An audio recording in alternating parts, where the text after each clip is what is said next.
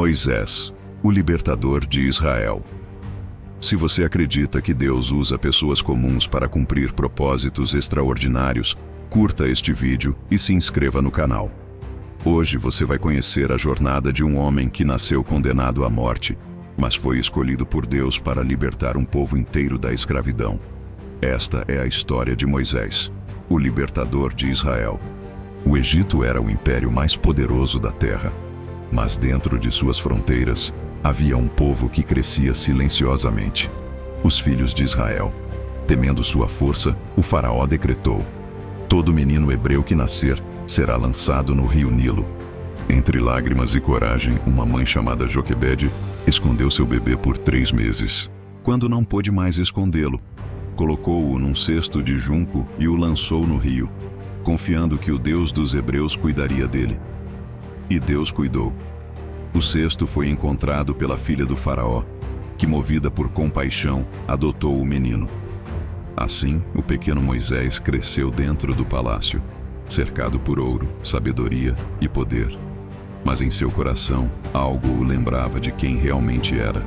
Anos depois, já adulto, Moisés viu um egípcio maltratando um hebreu. Tomado por fúria, matou o agressor e escondeu o corpo. Quando o crime foi descoberto, teve que fugir. O príncipe do Egito virou fugitivo no deserto. Ali, em meio à solidão e ao vento seco, Moisés conheceu Zípora, filha de Jetro, e tornou-se pastor de ovelhas. Por 40 anos, o silêncio foi sua escola, até que um dia, o céu se abriu diante de uma sarça que ardia em fogo, mas não se consumia.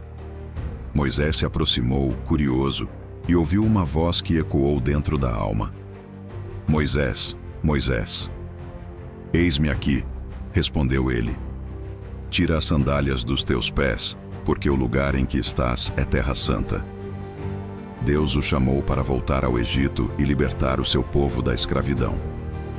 Mas Moisés, com medo, hesitou. Quem sou eu para ir até Faraó? E Deus respondeu: eu estarei contigo.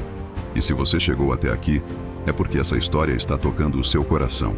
Então aproveita, curta o vídeo e continue comigo até o fim. Porque o que vem agora é uma das manifestações mais poderosas do Deus vivo. Moisés voltou ao Egito. Diante do faraó, ergueu o cajado e falou em nome do Senhor: deixa o meu povo ir. Mas o faraó riu e respondeu: quem é o Senhor, para que eu obedeça à sua voz? Então Deus começou a agir, e o Egito tremeu diante do poder divino. A primeira praga: as águas do Nilo se tornaram sangue. O cheiro podre se espalhou. Os peixes morreram. O rio, que antes dava vida, agora trazia morte. Mas o coração do faraó permaneceu endurecido. A segunda praga: do rio subiram sapos, milhões deles. Entravam nas casas, nos fornos, nas camas. O Egito inteiro foi coberto. O faraó pediu que Moisés orasse, e quando os sapos morreram, ele voltou a endurecer o coração. A terceira praga: o pó da terra se transformou em piolhos. Homens e animais foram cobertos. Até os magos do Egito disseram: isto é o dedo de Deus. Mas ainda assim, o faraó não cedeu. A quarta praga: nuvens de moscas invadiram o Egito, menos a terra de Gósen, onde moravam os hebreus. Pela primeira vez, o faraó sentiu medo, prometeu libertar o povo, e mais uma vez mentiu. A quinta praga: uma peste matou o gado dos egípcios. Bois, camelos e ovelhas tombaram no chão, mas entre os hebreus nenhum animal morreu. A sexta praga: úlceras e feridas cobriram homens e mulheres. Nem os sacerdotes do faraó puderam ficar diante de Moisés, tal era a dor. A sétima praga: uma tempestade de granizo jamais vista caiu sobre o Egito.